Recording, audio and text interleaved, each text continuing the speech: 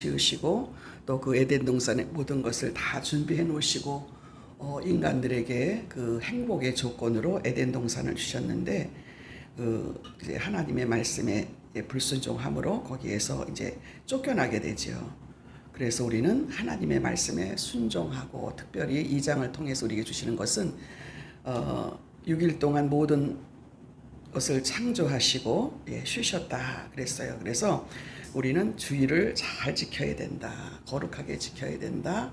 특별히 우리 믿는 사람들에게는 이 창조의 섭리와 또 하나님이 여섯째 날까지 지으시고 일곱째 날에 쉬셨다.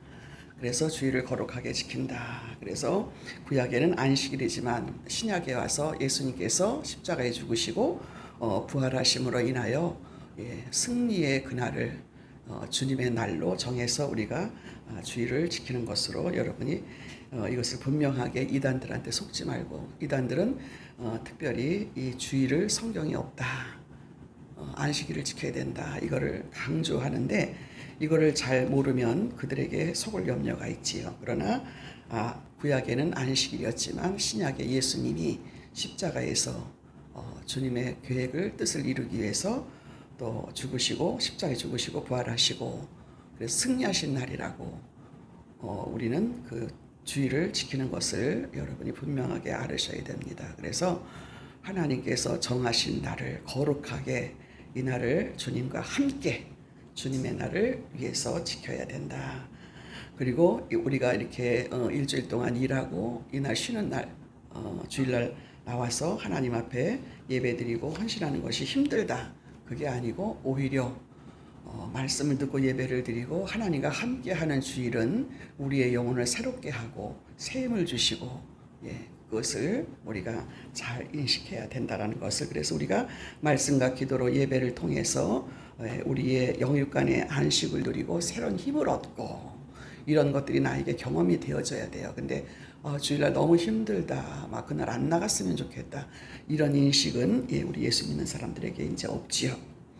그래서 우리는 늘 하나님이 사람을 지으셨기 때문에 하나님 안에 속해 있어야 되고, 특별히 흙으로 사람을 지으시고 그리고 그 흙으로 만든 그 코에다가 하나님이 후하고 숨을 쉬니까 사람들이 생명이 된지라 살아났다.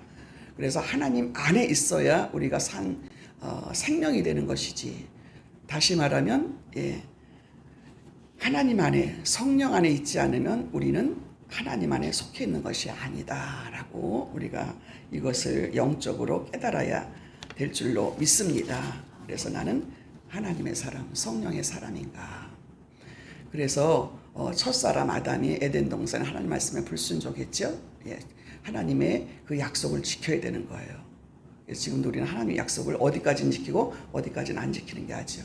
하나님은 정확하게 하나님 말씀에 순종하는 자에게 하나님이 그 안에 속해 있다. 말씀에 순종하지 않는 길은 오직 죽음이고 하나님 밖에 있는 사람이다. 이렇게 알면 돼요. 그래서 하나님 믿는 사람은 믿는 사람과 결혼해야 되고 또 자녀들까지도 다 믿어야 한 마음이 되어지고 하나가 되어지는 것이죠. 이런 것들을 우리가 영적으로 분별을 잘 해야 될 줄로 믿습니다. 이것이 우리에게 평안이요, 행복이요, 기쁨이요, 감사요, 영원한 생명이 된다는 것을 아시기를 바랍니다. 그러면서 오늘 읽은 18절과 25절에도 우리가 어떻게 행복할까요? 우리가 여기에 이제 그 18절에 보면은 독처하는 것이 여호와 하나님이 가라사대 사람의 독처하는 것이 좋지 못하니 내가 그를 위하여 돕는 배필을 지으라 하시니라 그랬어요. 하나님께서 그 아담을 통해서 거기에 있는 에덴 동산에 있는 각종 나무 실과 이것을 임의로 너희가 먹되 선악을 알게 하는 나무의 실과는 먹지 말라, 내가 먹는 정령 죽으리라 이렇게 말씀하시고, 이제 19절에도 여호와 하나님이 흙으로 각종 들짐승과 공중의 각종 새를 지으시고, 흙으로 지으셨다 그랬어요. 들짐승과 공중의 새도 지으시고, 아담이 어떻게 이름을 짓나 보시려고 그것들을 그에게로 아담에게로 이끌어 이르시니 아담이 각 생물을 일컫는 바 이름을 지었다 그러셨어요. 그리고 20절에도 아담이 모든 육축과 공중의 새와 들의 모든 짐승 이름을 주니라. 아담이 돕는 배필이 없으므로 그랬어요. 그래서 하나님께서 혼자 독처하는 것이 그랬어요. 아담이 범죄하기 이전에는 참으로 지혜로웠죠. 혼자 있을 때 지혜로웠어요. 그래서 그 들짐승들 거기에 있는 것들을 이름 짓는 것을 보셨어. 그랬더니 참 지혜로웠다. 지혜롭게 지었다. 이런 걸 보시면서 범죄하기 전에는 참 지혜로웠어요. 그래서 아담은 각종 들짐승들의 특징과 본능을 잘 파악해서 그에 어울리는 이름들을 지어 주었다. 지금도 여러분 우리가 하나님 안에 있으면요. 하나님 안에 속해 있어야 된다. 하나님과 함께 있어야 된다.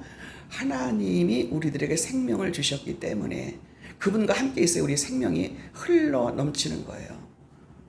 그러니까 우리가 말씀이 우리 안에 있어야 된다. 하나님 말씀이 하나님이시기 때문에 그래서 우리가 말씀을 많이 읽어야 된다. 말씀을 많이 들어야 된다. 그 말씀이 너의 생명이 된다. 그리고 우리가 구약에나 이런 말씀 보면 너희가 그 말씀을 많이 먹어라. 창자에 꽉 채워라. 예, 다른 것으로 채운 것이 아니라 하나님의 말씀으로 채워라. 그러면 지혜롭다 그랬어요. 아담이 범죄하기 전에 참 지혜로웠다라는 건 뭐예요? 지금도 여러분 우리가 죄를 버리고 하나님 앞에 지혜롭게 하면요. 하나님의 지혜가 있으면은 지혜로운 거예요.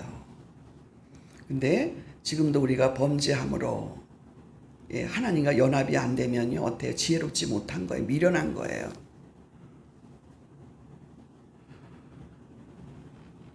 하나님 보시기에 아담이 독처하는 것이 좋지 않으셨다. 여기에서 독처하다라는 말은 쓸쓸하다는 말이 아니고요. 아담 혼자서는 하나님께서 주신 사명을 감당하기가 벅차기 때문에 온전한 사람의 역할을 감당할 수 없다는 뜻입니다. 그래서 하나님께서는 인간이 공동체로 살아가도록 하셨더라. 아멘. 그래서 부부를 만드셨고 그리고 교회의 공동체를 만들어서 우린 여러분 사람 있잖아요. 혼자는 못 산다고 그러잖아요. 그죠? 사람 인자를 보더라도 사람은 서로 기대고 서로 돕고 서로 해야지 인간이 살아갈 수 있는 거다. 이렇게 하나님께서는 남자를 깊이 잠들게 하신 후에 남자의 갈빗대를 뽑아서 여자를 만드셨다. 그래서 아담은 자기 아내를 여자라고 불렀어요. 23절에 보니까 아담이 가로되 이는 내 뼈 중에 뼈요 살 중에 살이라. 이것을 남자에게서 취하였은즉 여자라 칭하리라 하였니라 그랬어요. 여자라는 뜻은 남자에게서 나왔다라는 뜻을 말하고 있는 것입니다. 여자라는 말은 남자에게서 나왔다는 뜻이 고린도전서 11장 8절에요. 그 말씀이 있었어요. 우리가 그냥 흘러들어서 그 여자란 뜻에 대해서 고린도전서 11장 8절에 남자가 여자에게서 난 것이 아니요 여자가 남자에게서 났으며 그랬어요. 이런 것을 보면서 우리는 성경적 부부간의 원칙을 발견할 수가 있는 것입니다. 부부는 먼저 서로의 약점을 잘 알고 인정하며 서로 도와야 됩니다. 여러분 사람이요 완벽한 사람이 하나도 없어요. 부부가 이렇게 살아봐도요 완전한 것 같아도 그 사람에게 항상 허점이 있어. 근데 이렇게 그 사람의 약점을 알고 허점을 알기 때문에 이거를 서로 인정하고 도와야 되기 때문에 집의 공동체를 만들어 주셨다. 그래서 육체적으로 정신적으로 영적으로 이렇게 하나가 되어져 가야 된다. 여러분 부부가 살아도 영적으로 육적으로 정신적으로 하나가 되지 못하기 때문에 날마다 문제가 되지요. 그래서 부부는 각자와 부모에게서 독립해야 된다. 24절의 말씀 보니까 이러므로 남자가 부모를 떠나 그 아내와 연합하여 둘이 한 몸을 이룰지로다 그랬어요. 우리는요 이렇게 옛날에 우리 그 한국의 가정들을 보면 부부보다도 부모에게 예속돼야 된다라는 그런 원칙 하에 있었던 것이죠. 그러니까 아직 이 하나님의 말씀을 잘 깨닫지 못하고 알지 못할 때 그랬지만 우리가 하나님을 알고 나서는요 이런 성경에 있는 말씀을 잘 구별할 줄 알아야 될 줄로 믿습니다. 성경에 있는 말씀을 가지고 가정의 부부가 어떻게 해서 부부가 되었나, 그리고 부부는 어떻게 가야 되나, 이런 말씀을 여러분 우리가 잘 배우고 결혼을 해야 되는데 이런 말씀 하나도 모르고 결혼하잖아요. 완벽한 줄 알고 결혼했어요. 결혼하기 전에는 완벽한 줄 알았어. 우리 때까지만 해도요. 근데 결혼하는 그날부터 완벽하지 않은 거예요. 당연하게 인간은 완벽하지 않다라는 거를 이제 가르쳐야 되는 거죠. 서로서로 돕고 서로서로 이해하고 서로의 약점을 보완하고 또 덮어줄 건 덮어주고 이해할 건 이해하고 감당해야 될 것은 감당해야 되는데, 남자에게 모든 짐을 다 지우고 남자는 또 그걸 감당하지 못해서 힘들고 또 여자는 그거를 바라고 막, 그러니까 가정에 막 하루도 평안을 할 일이 없는 것이죠. 그래서 지금은 우리가 그 교회에서 결혼하기 전에 그 부부 결혼할 그 사람들을 다 이런 말씀을 통해서 가르치지요. 그래야 가정이 원만하게 쓰지요. 그렇지 않으면 서로가 이거를 이해를 못하는 거예요. 그래서 이런 하나님의 말씀을 잘 알고 여자가 왜 여자가 됐나, 그리고 둘이서 살면서 서로의 약점도 있다, 이거를 인정하면서 도와줘야 되고 또 하나가 되어져서 갈 수 있다. 하나님이 도와주시기 때문에. 그리고 부모에게서 독립해야 된다. 이런 걸 알아야 되는데 결혼하고서 이 자녀들이 이렇게 독립해서 사느라고 바쁘잖아요. 근데 부모들은 그걸 인정을 못해요. 내가 다 결혼시켰는데 아직도 그걸 놓지 못하고, 그리고 또 그렇게 하기 위해서 결혼할 때 다 또 뭔가 부모가 다 해줘야 되고, 또 해주면 또 영원히 부모를 너희는 함께 해야 된다라는 이런 둘레를 또 씌우기도 하고. 근데 여기에서 완전히 독립해야 된다. 이 말은 부모에게 독립한다 그래서 부모를 외면하고 봉양하지 않아도 된다라는 뜻이 아니죠. 너희들은 부모를 잘 섬기라고 성경에 되어져 있지요. 부모를 섬기지 못하면 그것도 하나님 앞에 죄가 되는 거죠. 성경에 그렇게 되어져 있습니다. 그러니까 예수를 믿어도 따로 독립할 건 독립하고 또 부모에게 해야 될 것은 성경에서 또 해야 되는 것이고, 봉양하지 말라는 뜻이 아닙니다. 결혼 전부터 부모에게 결혼 전처럼 부모에게 의존하거나 속하지 말아야 된다는 뜻이죠. 왜냐하면 부부가 책임을 져야 할 대상은 먼저 자기 반려자, 함께 있는 부부이기 때문에 서로가 책임을 져야 돼요. 이것이 성경적이라는 것이죠. 이것이 가정이고, 우리의 부부관계가 어떠한가, 이걸 보면서 참 이거를 미리 알았더라면 얼마나 좋았을까. 그리고 반드시 결혼하기 전에 이 부분들을 또 남자를 택할 때도 또 이런 거를 미리 알아야 될 필요가 있다라는 것을. 그래서 하나님의 뜻과 하나님 말씀에 일치하고 있는 내가 인생을 지금 살아가고 있는가. 부부가 이렇게 살아도요, 이 신앙이 같지 않으면 안 되는 거예요. 그러나 신앙이 같을 수 있는 건 왜 그래요? 서로 말씀 깨닫는 건 다르지만은 하나님을 경험해 보니까 상대방이 믿음 있는 거를 알겠더라고요.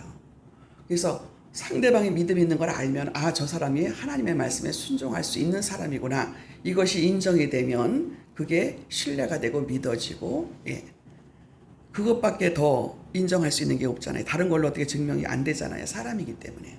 그러나 그에게 믿음이 있다라는 것은 하나님의 뜻에 순종할 수 있다라는 것이 같은 방향으로 갈 수 있다라는 뜻이게 되는 것입니다. 그래서 가정에서는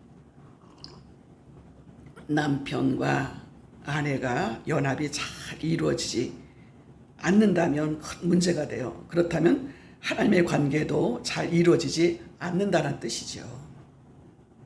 이것이 얼마나 큰 문제가 되는지를 성경은 분명하게 말씀을 하고 있지요. 에베소서 1장 22절 23절에 있는 말씀과 마태복음 19장 3절부터 9절에 있는 말씀이 같은 말씀이 여러분이 잘 알고 있는 말씀이에요. 에베소서 1장 22절 23절 제가 읽어드리면 마태복음 19장에 있는 3절부터 9절에 있는 말씀하고 똑같은 말씀이거든요. 이렇게 말씀하고 있어요. 에베소서 1장에는 또 만물을 그 발 아래 복종하게 하시고 그를 만물 위의 교회의 머리로 주셨느니라. 교회는 그의 몸이니 만물 안에서 만물을 충만하게 하시는 자의 충만이니라. 아멘. 하나님께서요 만물을 예수님 발 아래 복종하게 하셨죠. 만물을 예수님 발 아래 복종하게 하셨어. 그래서 예수의 이름으로 만물을 명령하면 기도하면 예수의 이름으로 다 응답을 주시겠다라고 하나님이 권한을 주셨어요. 그래서 만물을 예수님 발 아래 복종하게 하시고 그 만물 위에 교회의 머리를 주셨느니라. 만물 위에 교회의 머리가. 그래서 여러분 교회는요 예수님의 머리가 되고 몸이 되어진다라는 것이죠. 그래서 교회는 그의 몸이니 만물 안에서 만물을 충만하게 하시는 자의 충만이니라. 그래서 교회 안에는 하나님 것으로 예수님의 것으로 만물이 충만하게 있다라는 것을 말하고 있습니다. 그래서 우리의 결혼하는 것도 남자와 여자가 결혼하고 또 이것이 하나님이 맺어준 결혼은 끝까지 가야 된다라는 것. 사람이 나눌 수 없느니라 하는 말씀이 마태복음 19장 3절 9절에 그 말씀이 있는 것이죠. 그래서 부부관계는 하나님이 반드시 정해준 것이다 라는 것을 성경을 통해서 우리가 깨달아야 되고 사람이 이렇게 저렇게 마음에 안 맞으니까 우리가 헤어져도 된다 마음대로 해도 된다 이거는 절대로 하나님의 뜻이 아니라는 것을 성경에서 분명하게 말씀을 하고 있습니다. 그래서 가정도 어떤 교회 공동체도 직장에 있는 어떤 직장 안에서의 어떤 공동체도 서로 돕는 자가 되어져야 하나님의 뜻이 이루어지는 것이고 이것이 우리가 인간들이 살아가는 방법이라는 것이지요. 어디에 가서나 여러분 내가 독불장군으로 살아갈 수가 없는 거예요. 나는 내가 이런 사람이야. 이거를 내세울 수가 없는 거죠. 근데 어리석고 미련한 사람들, 하나님을 모르는 사람들은 자기중심적으로 자기 마음대로 살아가려고 하다 보니까 인생의 마음대로 풀려지지 않는다라는 것. 할 수만 있다면 우리가 서로 돕고 나보다 못한 사람의 의견도 들어주고 함께 도울 수 있는 사람이 되고 하나가 되어져서 이것이 하나님 보시기에 아름다운 것이요. 또 이런 것을 통해서 전혀 하나님을 알지 못하는 사람에게도 내가 먼저 양보하고 내가 먼저 협력하고 내가 먼저 낮아진 상태에서 모든 일을 공동체 안에서 이뤄간다면 여러분 협력해서 되어지지 않는 일이 어디 있겠습니까? 모든 만물들이. 근데 인간은요 내 중심적으로 살아가는 것을 원칙으로 삼았던 이런 어리석은 인생을 사는 것이 참 얼마나 미련했던가. 또 세상에서 이제 하나님을 알고 이런 뜻을 알고 났더니 세상에서 그런 사람들을 보면 금방금방 구별이 되더라고요. 그래서 그런 사람은 또 어떻게 또 대해야 되는지, 그런 사람한테는 내가 먼저 양보하고 내가 먼저 낮아지고 내가 먼저 섬기면은 그 사람이 나를 따르게 되어져 있다라는 것, 이런 질서를 이제 알게 되는 것이죠. 그 사람을 맞대어서 고집을 부리고 내 뜻을 주장하는 것이 아니라 내가 굽히고 또 그 사람의 뜻을 맞춰가다 보면 그 사람이 나를 따르게 된다라는 것을 이런 원칙을 또 이제 알게 되는 것이죠. 그러면 여러분 우리가 이 행복이라는 거, 이 사회생활이라는 거, 이런 것들이 하나님 안에서 이런 지혜로 말미암아서 행복의 조건들이 어떻게 해서 내가 행복할 수 있고 내가 어떻게 해서 믿음 안에서 평안을 누릴 수 있고 어떻게 해서 내가 믿음 안에서 하나님으로부터 받는 이런 생명의 역사를 경험할 수 있는가. 하나님 말씀에 무조건 순종하면 거기에 따르는 그 열매로 인해서 내가 살아갈 수 있는 생명력이 되어진다라는 뜻을 잘 이 창세기를 통해서 여러분이 잘 깨달으시는 저와 여러분이 되시길 주님의 이름으로 축원합니다. 기도하겠습니다. 하나님 아버지 은혜를 감사합니다. 저희가 무엇이간데 미련하고 어리석고 무지해서 내 맘대로 내 주장대로 내 중심적으로 나만 잘하면 돼, 나만 잘났으면 돼 하는 마음으로 어리석게 살았던 것을 용서해 주시고 내가 얼마나 부족하고 내가 얼마나 연약하고 얼마나 무지하고 어리석어서 하나님의 도우심이 없이는 하루도 살아갈 수 없는 존재라는 것을 오늘도 주님 앞에 고백하면서 갈 수 있는 인생을 살아갈 수 있는 저희들이 되게 하여 주심에 감사를 드립니다. 오늘도 주님의 말씀이 또 하나님 생명의 말씀으로 또 세상을 살아가는 지혜로 허락하여 주셔서 그 말씀만이 나의 길을 열어주시고 내 인생의 방향이 되고 인생의 목적이 되게 하여 주셔서 행복한 인생을 살아갈 수 있도록 도와주심에 감사를 드립니다. 하나님 아버지, 날마다 어린아이 같은 믿음으로 말미암아서 하나님을 기쁘시게 하는 삶이 되어질 수 있는 저희들 모두가 되게 하여 주시고, 그것이 인생의 근본이라는 것을 깨달아 나아갈 수 있는 은혜도 허락하여 주시옵소서. 감사드리옵고 예수님의 이름으로 기도하옵나이다. 아멘. 주기도문 드립니다. 하늘에 계신 우리 아버지여, 이름이 거룩히 여김을 받으시오며 나라의